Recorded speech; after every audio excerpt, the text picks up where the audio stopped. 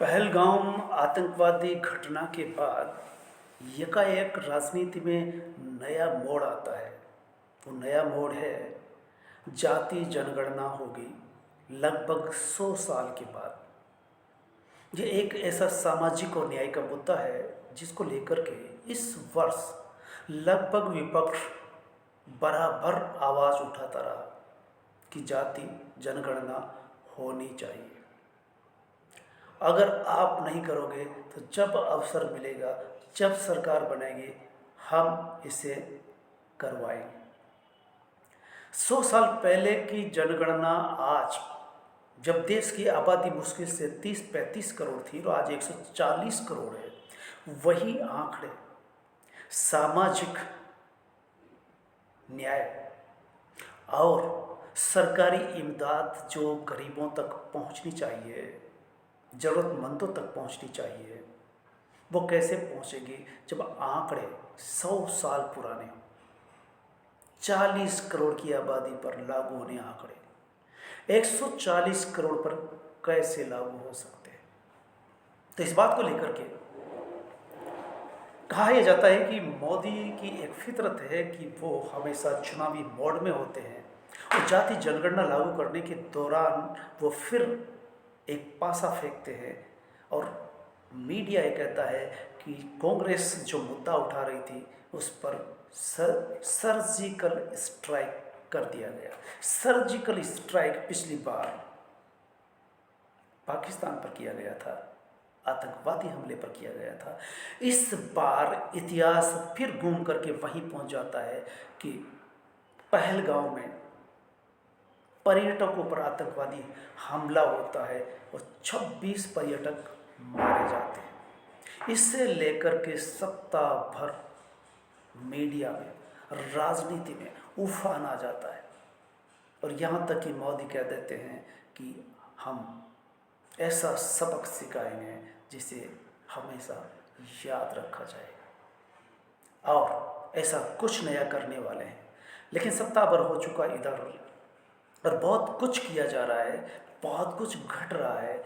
Media, जिसे गोदी media कहते हैं, वो न जाने क्या उल जुलूल खबरें दे रहा है, बेसिर पैर की खबरें आ रही है। यूट्यूबर जो खबरें देते हैं तो यूट्यूब पर बैन लगा दिया जाता है, यहाँ तक कि 4 PM पर बैन लगा दिया गया।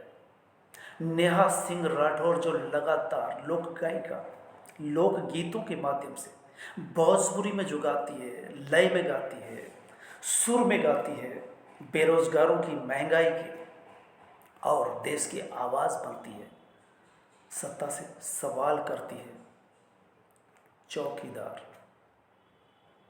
और इसी तरह के कुछ उसके अपने अंदाज है जिससे वो लगातार सवाल उठाती है, तो उस पर भी रिपोर्ट दर्ज कर दी जाती है। इस तरह से मीडिया पर हमला होता है और मीडिया कर्मी ये कहने लगते हैं कि सर्जिकल स्ट्राइक पाकिस्तान पर नहीं हुआ, वो हो गया है मीडिया पर, जो सवाल करते हैं उन पर। तो इस तरह के माहौल में यकायक कल 2 खबरें साया होती है।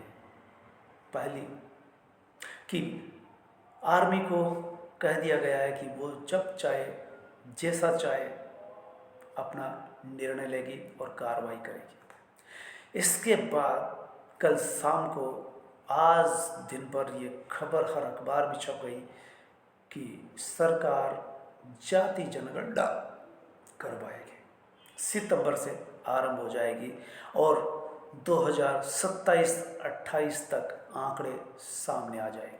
इसका सभी को इंतजार था। विपक्ष लगभग हमलावर था कि जाति जनगणना करवाई जानी चाहिए ताकि सरकारी सहयोग, सहायता, इमदाद जो पहुंचाई जाती है ज़रूरतमंदों तक, वो सही तरह से सही व्यक्ति तक पहुंचे। तो दूसरी तरफ मोदी बराबर ये कहते रहे कि ये देश बांटने की साजिश है, कांग्रेस इसमें देश हित में नहीं अपने हित में बात कर रही है। और नेता किस तरह से गिरगिट की तरह रंग बदलता है कि अब कह दिया जा रहा है कि हम जाति जनगणना कराएंगे देश हित में कराएंगे, समाज हित में कराएंगे, और मीडिया लिखता है कि ये सर्जिकल स्ट्राइक है कांग्रेस पर। इसके दो अर्थ निकलते हैं। बिहार का चुनाव सामने है, दूसरा 22 अप्रैल को पहलगांव में आतंकवादियों ने कायराना हरकत की, उसको लेकर के जवाब देना है। और जवाब देने के बजाय, पहलगांव जाने के बजाय, जम्मू कश्मीर जाने के बजाय, ठीक वैसे ही जैसे मणिपुर मोदी जी नहीं पहुंच सके, वो सीधे बिहार पहुंच जाते हैं जहाँ चुनावी सभा होती है। नीतीश के साथ सभा हो रही है, नीतीश और मोदी दोनों बातें कर रहे हैं, हंस हंस के बातें कर रहे हैं। एक दिन पहले आप सऊदी अरबिया से अपना दौरा कैंसिल करके कि देश में हमला हुआ है आतंकवादियों का, सो दौड़े चले आए और चुनावी सभा में पहुंच गए। इस बात को लेकर के मीडिया में छीछालेदारी हो रही है, यूट्यूबर बराबर सवाल उठा रहे हैं, नेहा राठौर गीत गा रही है। ऐसे में कुछ किया जाए, क्या किया जाए? युद्ध अंततः किसी भी समस्या का समाधान नहीं है। इस बात को मैं पिछली बार भी कह चुका। लेव तोल्स्टॉय के युद्ध और शांति जैसा उपन्यास, महाभारत जो देश में का महाकाव्य है, 18 दिन तक चलता है और दोनों कुंभों को तबाह कर देता है। राजा महाराजा न जाने कितने मारे गए, निष्कर्ष जीरो आता है, शासन करने वाले ही नहीं बचते। तो ऐसे में युद्ध कभी भी शांति नहीं लाता, युद्ध किसी समस्या का समाधान नहीं होता। तो इस अर्थ में मोदी जी को मैं धन्यवाद देता हूँ इस बात के लिए कि उन्होंने युद्ध मुलतवी कर दिया। आप विश्वास नहीं करेंगे, लोग बच्चों की तरह बातें कर रहे हैं कि कुछ तो होगा, मोदी कुछ तो करेगा, कुछ ऐसा जवाब देगा, वैसा देगा, ऐसा देगा। लेकिन किसी को भी ये पता नहीं कि युद्ध आरंभ करना किसी नेता के हाथ में होता है, लेकिन उसे बंद करना किसी के हाथ में नहीं। पुनः याद दिला दूं कि रूस यूक्रेन पर जब हमला करता है तो ये दावा करता है कि सप्ताह भर के अंदर परिणाम आ जाएगा, मीडिया मैट कर दूंगा, मैं फतह कर लूँगा। साल भर गुजर गए, आज भी यूक्रेन में युद्ध जारी है। यहाँ तक कि खुद रूस के 1.5 लाख सैनिक मारे गए, कुर्बान हो गए। सैनिकों का टोटा पड़ा हुआ है। जो पुतिन ने गर्व कर रहा था, दावा कर रहा था कि सप्ताह भर में हम ये आर पार की लड़ाई विजय हासिल कर लेंगे। आप इज़राइल में देखिए, नेतन्याहू बड़े दावे करते हुए उस पट्टी में ऐसे कूदे कि बस 2 दिन कुछ घंटे में हम ये कर लेंगे। महीनों गुजर गए, आज भी युद्ध जारी है। यहाँ तक कि अफगानिस्तान में रूस डेरा डाले पड़ा रहा, उसके पैरेलल अमेरिका पाकिस्तान में सपोर्ट में उतर आया और अंततः वर्षों युद्ध चलता रहा, छद्म युद्ध चलता रहा। रूस को वहाँ से भागना पड़ा। फिर अमेरिका अफगानिस्तान को रिकवर करने के लिए सपोर्ट में आतंकवादियों को दबाने के लिए रुका और हर साल सैनिकों को कुर्बान करता रहा। पिछले सालों में वो भी वहाँ से रुखसत कर जाता है अफगानिस्तान को अपने हवाले छोड़ करके। ये युद्ध के निष्कर्ष है। ऐसे में लोग बच्चों की तरह बात कर रहे हैं कि मोदी ऐसे कर देगा, पाकिस्तान को वैसे सबक सिखा देगा। बेशक सबक सिखा दोगे, लेकिन जितना सबक दूसरे को सिखाया जाता है उससे कई गुना खुद को भोगना पड़ता है। अभी सिंधु ट्रीटी खत्म की थी, सिंधु का पानी रोक दिया गया। मीडिया कहता है कि त्राईमाम कर रहा है पाकिस्तान, लेकिन पानी सिंधु का वैसे ही चल रहा है। मीडिया कह रहा है कि पानी बंद कर दिया, कोई बटन दबाते ही बिजली का पंखा नहीं है कि बंद हो जाएगा, उसके लिए डैम बनाने पड़ेंगे। वर्षों तक डैम बनाओगे तब जाके पानी रुकेगा। लेकिन पाकिस्तान ने तुरंत उसके एयर स्पेस को बंद कर दिया, जहाँ से भारत के विमान सीधे उड़ान भरते थे। अब वो चक्कर काट के आते हैं, कहते हैं लाखों का, करोड़ों का ईंधन ज़्यादा लगेगा। ये चपत सिर्फ एक ही बात के लिए मिल गई।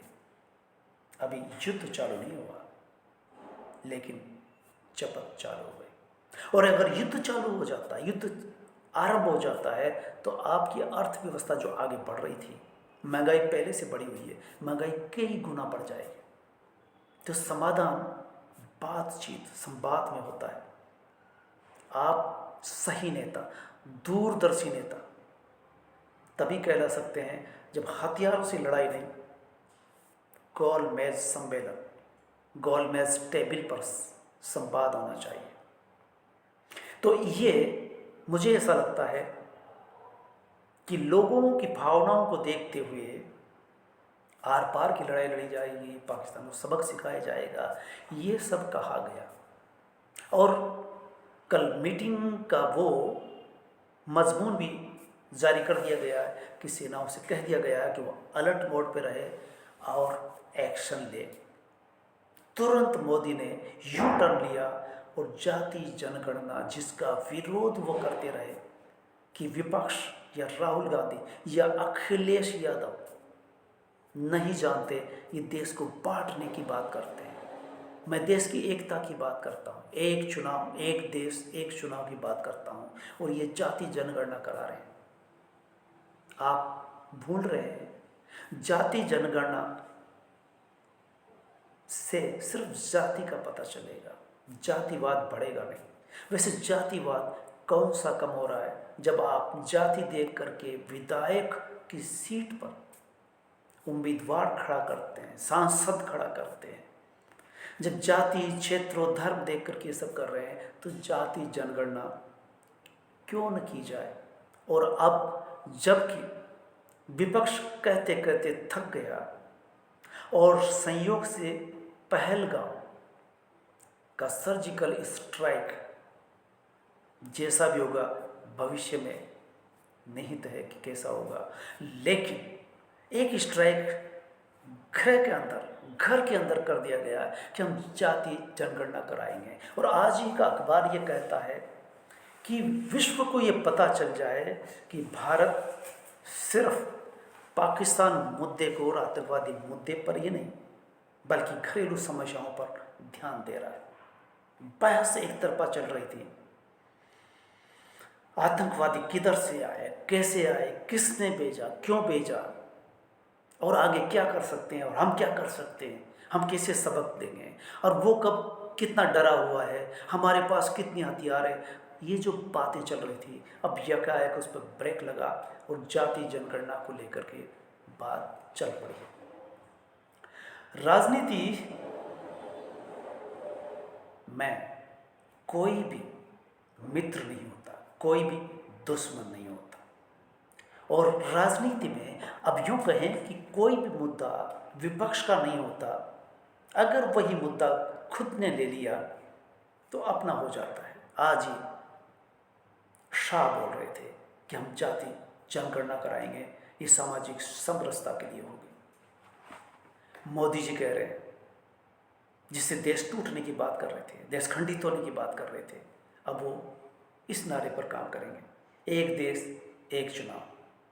देश जाति जनगणना से बट जाएगा, और हम बटने की बात नहीं करते, हम एक देश एक चुनाव की बात करते हैं। अब वो एक देश एक चुनाव की बात करे न करे, लेकिन जाति जनगणना कराना तय, कैबिनेट में पास हो चुका।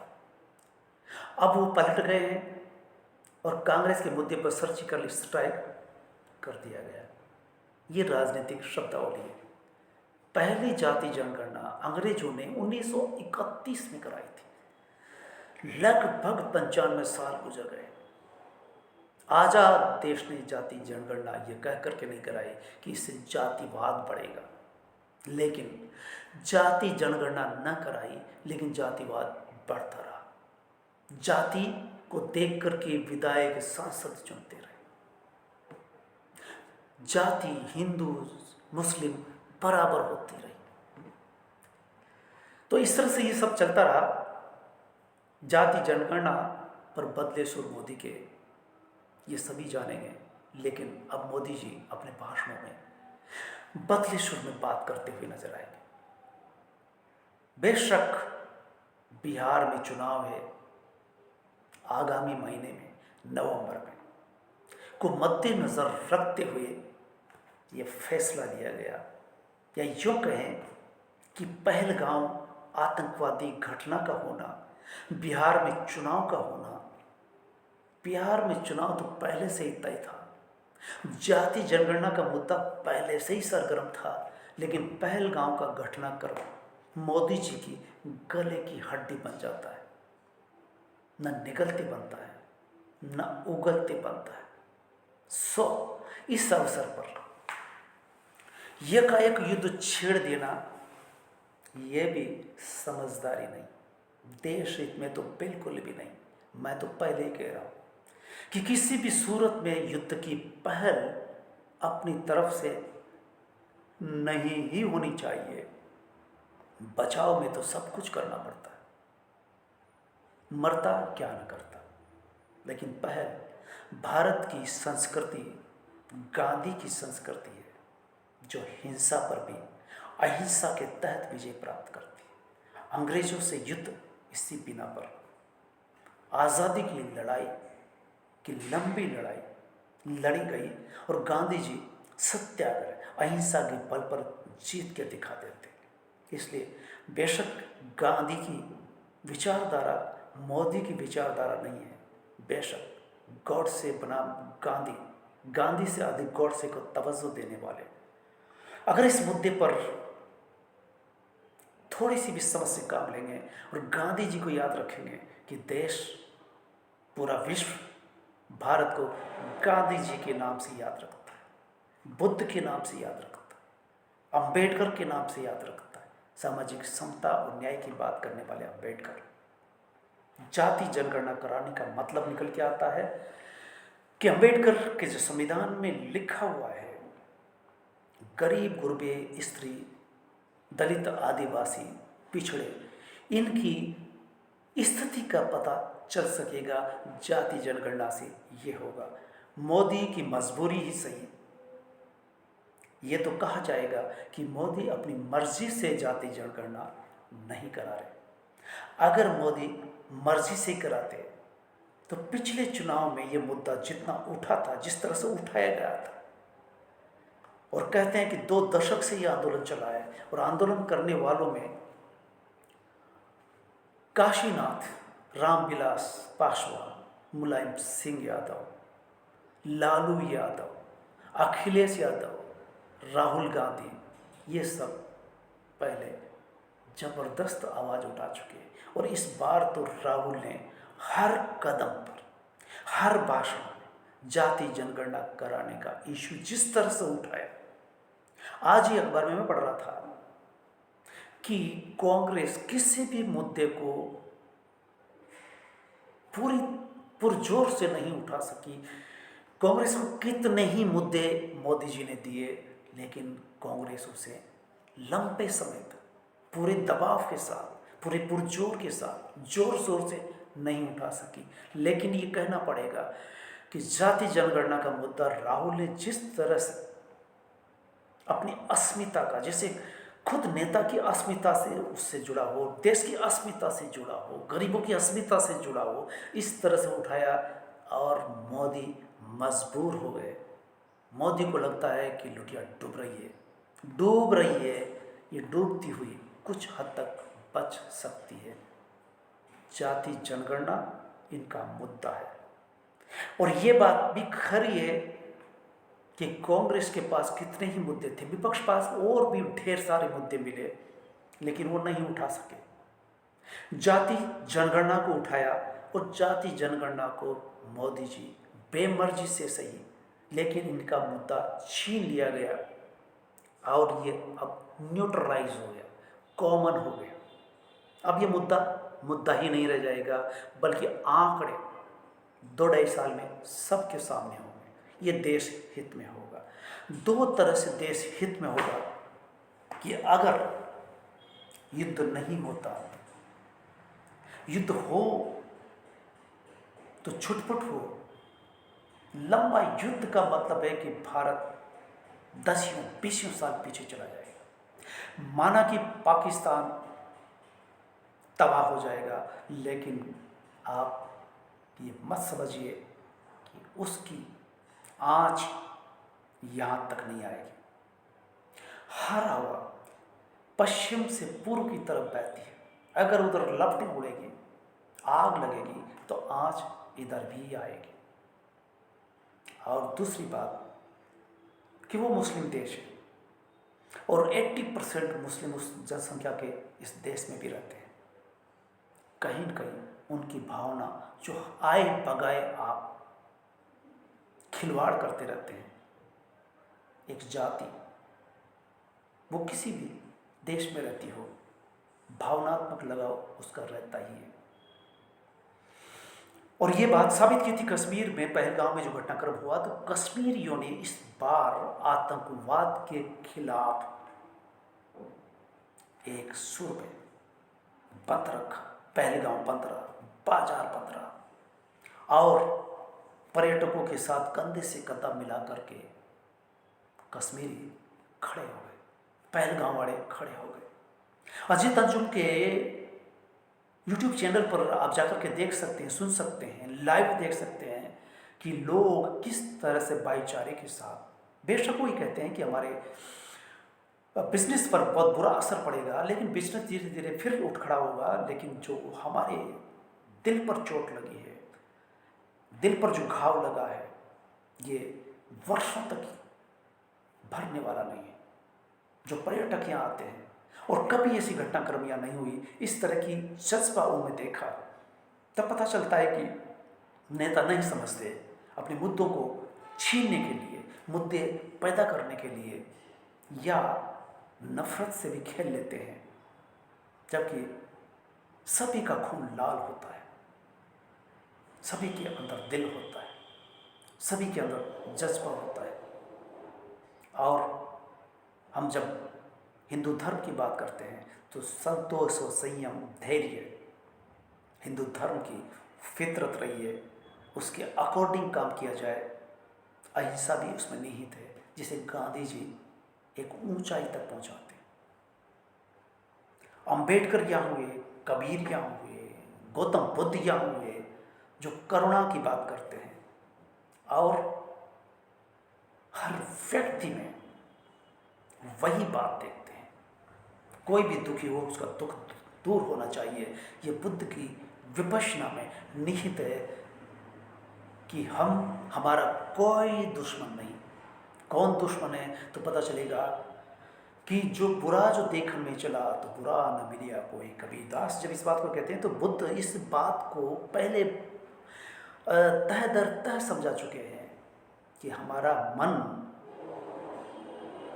नियंत्रण में नहीं है, और विपश्यना के द्वारा, साधना के द्वारा, घंटों साधना करके, महीनों सालों साधना करके हम ये समझ पाते हैं कि हमारा कोई दुश्मन नहीं, हम खुद, हमारा दुश्मन हमारे अंदर है, हमारा मन ही हमारा दुश्मन है। तो इस तरह के दर्शन को जीने वाला भारत किसी भी जीव हिंसा में कैसे पहल कर सकता है, विश्वास कर सकता है, जब यहाँ पर इस तरह के बुद्धिजीवी, संत, महंत, महात्मा, जीते जी भगवान हो गए बुद्ध, और बुद्ध ये बात कहते हैं। गांधी जी जिन पर लाठियां पड़ती रही लेकिन सिर नहीं उठाया, लाठी नहीं उठाई, बंदूकें चलती रही, जेल जाते रहे, फिर भी गांधी जी ने अपना सुर नहीं बदला। अंततः दुर्भाग्य है इस मनुष्यता का, इस देश का, कि वो जो अहिंसा की बात करता रहा उस पर भी गोली चला दी गई, और गोली चलाने वाले गॉडसे और गॉडसे के पद चिन्हों पर चलने वाले आज गांधी को मजबूरी में 2 अक्टूबर को शांतिवन जा करके, गांधी पर माला चढ़ाकर, अंबेडकर पर 14 अप्रैल को माला चढ़ा करके, मजबूर भी सही, बेमर्जी से ही सही, जाति जनगणना भी कुछ इसी तरह से बेमर्जी से किया गया कदम है। लेकिन देश हित में। इसलिए कहा जाता है कि आदमी महत्वपूर्ण नहीं होता, आदमी से वक्त वो काम करवा लेता है कि जो राहुल गांधी जिस मुद्दे को लगातार हर वक्त, हर वाक्य में, हर भाषण में उठाते रहे, वो मुद्दा मोदी की तरफ चला जाता है और मोदी कह देते हैं कि हम जाति जनगणना कराएंगे, जबकि वो कह रहे थे कि ये तो देश बांटने वाला मुद्दा है। कांग्रेस हमेशा बांटती रही, और बांटने वाला शब्द मोदी कैसे कह सकते हैं, लेकिन कह सकते हैं। यही तो नेता की खासियत है, यही लोकतंत्र की खासियत है कि नेता जितना बोल लेता है, जितनी ऊंची आवाज में बोल लेता है, फिर मीडिया भी अपनी तरफ हो, गोदी मीडिया हो, यूट्यूबर कितने क्या कर लेंगे, बोलते रहो। तो इस तरह से जो भी कहते हैं कि गंजा भी, बोलने वाला गंजा भी गंगा बेच लेता है, तो मोदी बोल लेते हैं। लेकिन उनको लगा दबीचे में पहलगाम एक ऐसा वाकया हुआ कि मजबूरन मोदी को जाति जनगणना करने पर बाध्य होना पड़ा। दूसरी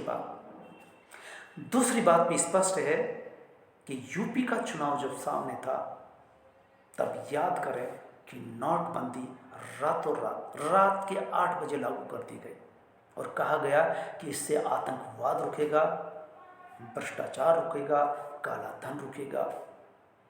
दोनों ही नहीं रुके, लेकिन यूपी चुनाव जीत गए। बिहार सामने है, लेकिन मोदी जी याद रहे, कोई भी दांव हर बार वैसे ही नहीं चला करता जैसा हम सोचते हैं, और हर बार वैसा ही नहीं हुआ करता जैसा हम चाहते हैं। हम जो चाहते हैं कभी कभार ऐसा होता है, वरना हम जो नहीं चाहते वो ज़्यादातर होता है। तो बिहार चुनाव को लेकर के, बिहार चुनाव का दबाव और पहलगाम आतंकवादी घटनाक्रम ने मोदी को मजबूर कर दिया कि जाति जनगणना करवाई जाएगी, ताकि विपक्ष जो बार बार आवाज़ उठाता है, यह आवाज़ उनसे छीन ली जाएगी। तो ये मुद्दा छीनने के लिए, दूसरा, पहलगांव की जो बहस इस वक्त चल रही है, बच्चे बच्चे की जुबान पर है। अब टीवी मीडिया, यूट्यूबर सभी जाति जनगणना को लेकर के उसके किंतु परंतु पर बातचीत करने लगे, और मुझे भी ये सपने में भी नहीं आ रहा था कि जाति जनगणना को लेकर के मैं आपके सामने इस तरह से बात करूँगा। अगर ये 2 घटनाक्रम नहीं होते, मोदी जी यू टर्न नहीं लेते, तो ये मुद्दा कैसे होता। तो न चाहते हुए भी अब जाति जनगणना पर कई तरह से लेख छपेंगे, कई तरह से विमर्श होगा, और कई तरह के लोग आपस में एक मंच पर आएंगे और इस मुद्दे पर बात करते रहेंगे। लेकिन जो भी है, कुल मिलाकर के मोदी जी के द्वारा, मोदी जी के पूरे 11 साल के कार्यकाल में एक महत्वपूर्ण काम ये अंजाम पा सकेगा। परिणाम क्या होगा, ये वक्त के, भविष्य के अंधेरे में, भविष्य के गर्त में परिणाम वक्त पर आएगा। लेकिन आज इतना जरूर कह सकते हैं कि जाति जनगणना का जो मुद्दा है वो विपक्ष की तरफ से था, लेकिन ये भी पक्का है कि ये न्यूट्रलाइज हो जाएगा। जाति जनगणना जनता के हित में, देश के हित में जरूर होगी। पार्टियां अपने हित में मुद्दे उठाती है, लेकिन ये मुद्दा जनता के लिए, जनता का हो गया है, पार्टियों के हाथ से निकल गया है। जब सारी पार्टियां मिलकर के जाति जनगणना की बात कर रही थी और मोदी जी इसके विरोध में थे, एक बड़ी पार्टी विरोध में थी, वो इसके पक्ष में हो गई, तो अब ये मुद्दा न्यूट्रलाइज हो जाता है। धन्यवाद। जय हिंद। आज